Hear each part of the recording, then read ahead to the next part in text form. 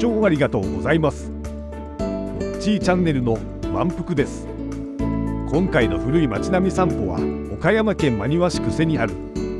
3つの顔を持つ熱狂の街、出雲街道久世宿を歩きたいと思います。それでは行ってみましょう。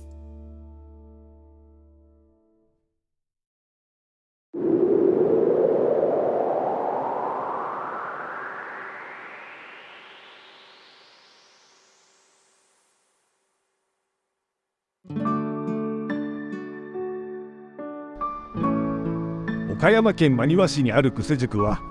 江戸時代に出雲街道の宿場町として、また日本有数の牛市として、さらには旭川の水運拠点として繁栄した歴史を持つ町です。武士が通る街道、宿場町、農民の富を生む市、幕老町、物資を運ぶ大動脈、船町という3つの要素が 1km ほどの範囲に凝縮されており、周囲の城下町とは一味違う自由で活気のある調風をもたらしました。今もなお久世では当時のにぎわいを継承する久世祭り、だんじり喧嘩が毎年盛大に行われていますが、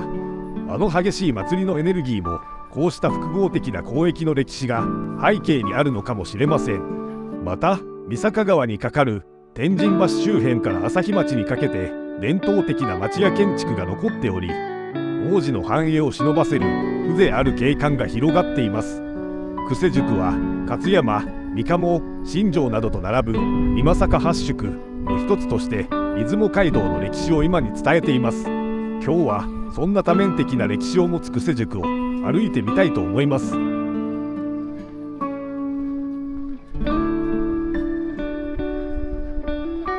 久世は姫路と松江を結ぶ出雲街道の重要な宿場町で、久世橋から天神橋の間に広がっていました。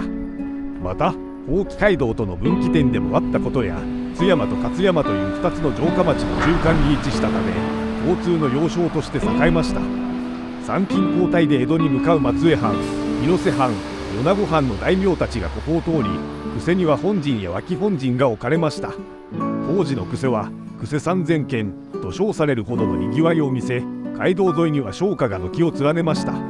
出雲街道の久世宿は現在の真庭市久世の中心部を東西に貫く旧街道沿いに広がっており、久世駅から南下して神町、中町、下町と続き、大端が天神橋に至ります。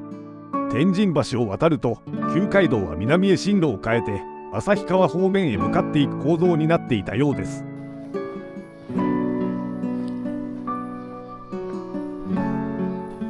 神町は町の西側、出雲方面に位置しており、旅籠や商家が多く立ち並んでいたエリアで、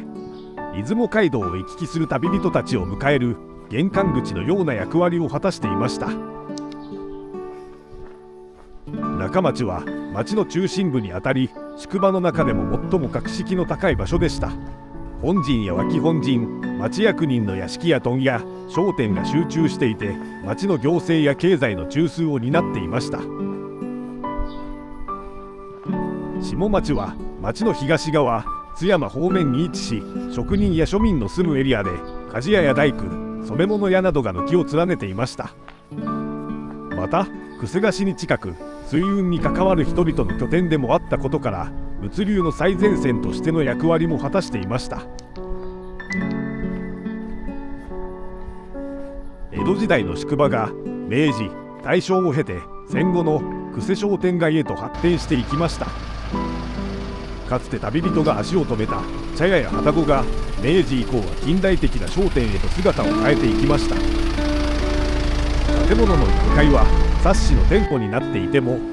2階を見上げると江戸から明治の面影が残っている和洋折衷や新旧混在に注目すると、町の呼吸が伝わります。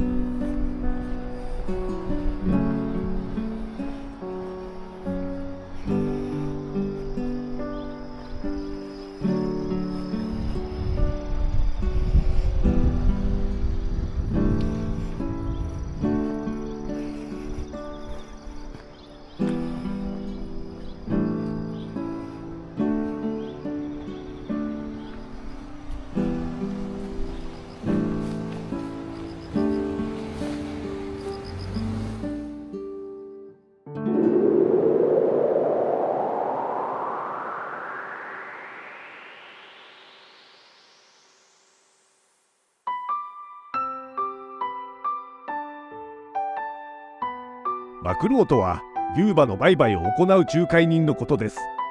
久世の幕老町はかつて日本三大牛市の一つに数えられるほど畜産業の流通拠点として凄まじい活気を呈していました。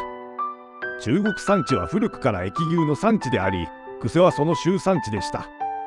特に春と秋に開かれた市には西日本各地から数千頭もの牛が集まり、数万人もの幕老や農民が訪れたと言われています。牛の取引で落ちる莫大な資産は宿場全体の潤いとなり、旅館、飲食店、さらには娯楽文化の発達を支えました。この牛による富が久世の力強い徴収文化を形作ったのです。なお、宿場町の西の入り口にあたる久世橋、現在の久世大橋の手前を山手方面に少し入った場所に牛市があったのだと町の人が教えてくださいました。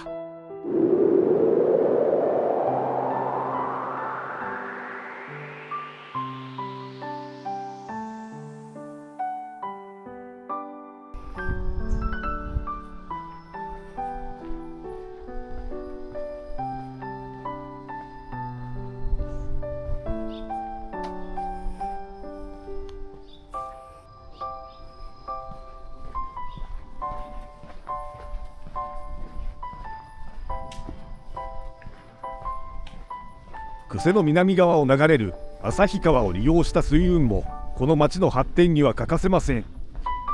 川岸には久世橋が整備され、久世から下流へは高瀬船で米や木炭、鉄などを運び、反対に岡山城下から旭川を遡ってくる便では麺や塩、日用品などを運び、ここで陸路、出雲街道へと積み替えられました。いわば陸の港と川の港がドッキングしたような状態です。水運によって物流が活発になり、久世は物流の集積地としても栄え、王将の町屋問や船乗りたちが滞在する船宿が立ち並び、夜通し灯火が消えなかったと言われるほど、船町周辺は物流のエネルギーに満ちていたと言われています。天神橋から泉橋の間は高瀬船の時代に栄えた船町と呼ばれるエリアで、物資の集積や流通の拠点として一帯がにぎわっていました。泉橋の周辺には船着き場や倉庫、商家が立ち並んでいたとされていて、川を使った物流の中心地でした。